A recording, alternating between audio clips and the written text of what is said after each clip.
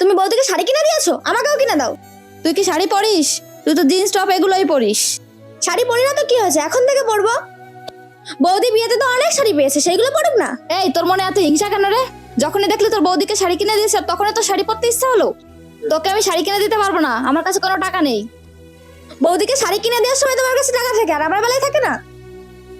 দেখ, বৌমা এ বাড়িতে নতুন এসেছে, ওর কখন কি লাগবে না লাগবে সেটা তো আমাদেরই দেখতে হবে। তুমি মায়ের উপর কেন গলাবাজি করছো? সেদিন তো মা আমাকে শাড়ি কেনার জন্য টাকা দিল, সেই টাকা তো তুমি নিয়ে নিয়েছো। আমার শাড়ি গয়না যা আছে সবকিছুই তো তুমি ব্যবহার করতে পারো।